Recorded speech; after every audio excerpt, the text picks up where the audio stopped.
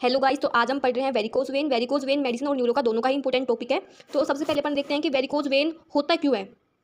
जब क्या होता है कि जैसे वेन होती है, जो उनकी वॉल कमजोर या फिर डैमेज हो जाती है ना, तो वहाँ पे ब्लड सप्लाई क्या है, जम जाती है, इसलिए वहाँ पे स्वेलिंग या फिर पेन कोज होने लग जाता है। ठीक है।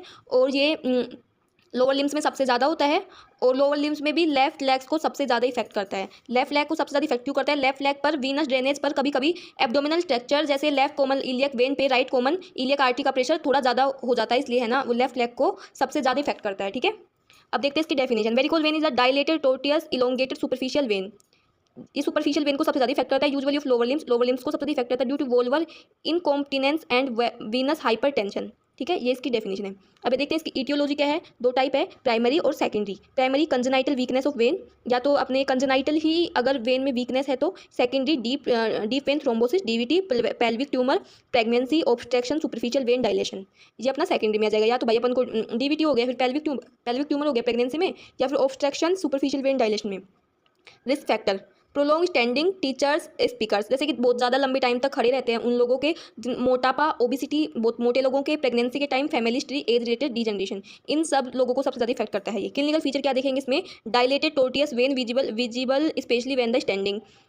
डल एचिंग पेन, डल या फिर एचिंग पेन होगा, इचिंग टाइप हुआ, heaviness in legs worse to end of day. Swelling of ankle, evening time में उसको एंकल में स्वेलिंग होगी। क्रैम्प्स होंगे नाइट में। Skin changes, pigmentation, eczema, lipodermatosclerosis, venous ulcer often near medial malleolus. Complication में क्या देखेंगे इसके? वीनस अल्सर हो जाएगा, ब्लीडिंग फ्रॉम रप्चर वेन, मतलब वेन में ब्लीडिंग हो जाएगी।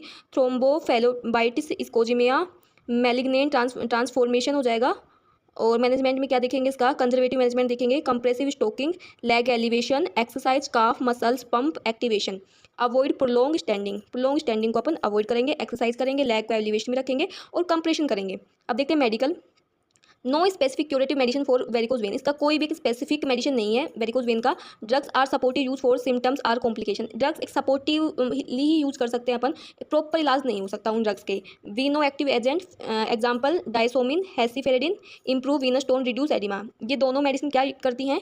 इंप्रूव वेनस टोन को इंप्रूव करती हैं और एडिमा को रिड्यूस करती है। एनालिसिस से क्या करती हैं? पेन रिलीव कराती है। एंटीबायोटिक इन्फेक्शन अल्सर को कम करेंगे। टॉपिकल स्टेरॉइड वीनस एंजाइम को फॉर वीनस एंजाइम के लिए यूज किया जाता है। एंटीकोगुलेंट में हेपेरिन, वर्फिन, थ्रोम्बोफेलोबाइट्स डीवीटी को कम कराएंगे। अब अपन देखते हैं सर्जिकल में क्या करवाएंगे। टेंडनबर्ग ऑपरेशन, वेन स्ट्रैपिंग की, सबसे अगर बहुत ही ज़्यादा वेन बाहर दिख रही है तो फिर उनका सर्जिकल मैनेजमेंट करवाएंगे। इस फेनोफिमोरल लिगामेंट को कट करवा देंगे। प्रीफोरेंट लिगामेंट, सब फेशियल एंडोस्पोकल प्रीफैक्टर सर्जरी, स्क्लेरोथेरेपी और ईवीएलई करवा सकते हैं। Management for mnemonic of for management, एक निमोनिक है कि जो सबसे मतलब मेनली क्या करवाएंगे वेरिकोज वेन में? स्टोकिंग मतलब कंप्रेशन करवाएंगे, एक्टिविटी एक्सरसाइज करवाएंगे, विनोटिक ड्रग्स देंगे, उसको एलिवेशन में रखेंगे उसकी लेग्स को, वेन की सर्जरी करवा देंगे, एंजाइम्स की केयर करेंगे, इन्फेक्शन कंट्रोल करेंगे, न्यूरोमस्कुलर स्टीम, एनएमएससी रिहैब को और स्कैलोरोथेरेपी करवा सकते हैं उसको। वेरिकोज वेन रिहेबिलिटेशन प्रोटोकॉल क्या होगा? एम्स क्या है? Promote when return, prevent complication, example जैसे अल्सर और थ्रोम्बोस, रिड्यूस पेन और स्वेलिंग को रिड्यूस करवाएंगे, improve function mobility and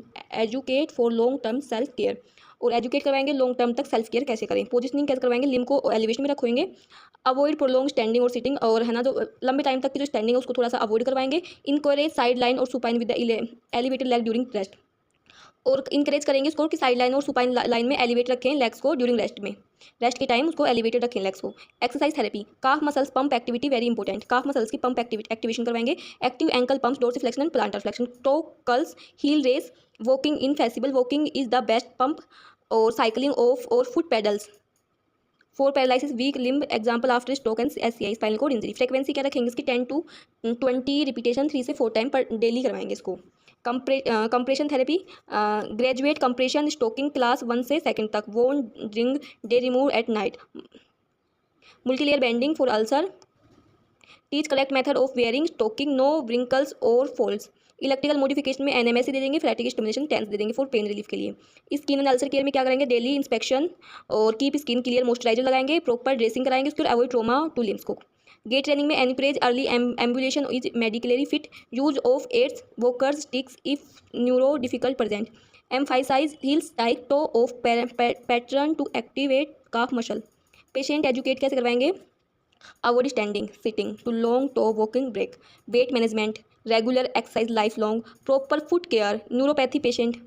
quick summary मतलब एक समरी क्या है इसका कि मतलब अगर अपने पास अगर वेरिकोज वेन का पेशेंट आता है या अपने घर में कोई वेरिकोज वेन का पेशेंट है तो क्या क्या उसको करवाएंगे। एलिवेशन में रखेंगे उसके लेग्स को, या तो पहली बात उसको एलिवेशन में रखो सबसे पहले, उसको कंप्रेशन थेरेपी दो, फिर स्टोकिंग ट्रैकिंग करवाओ, पंप एक्सरसाइज करवाओ काफ की, और उसकी स्किन की केयर करो जैसे कि मसाज करो उसकी ऑयल से।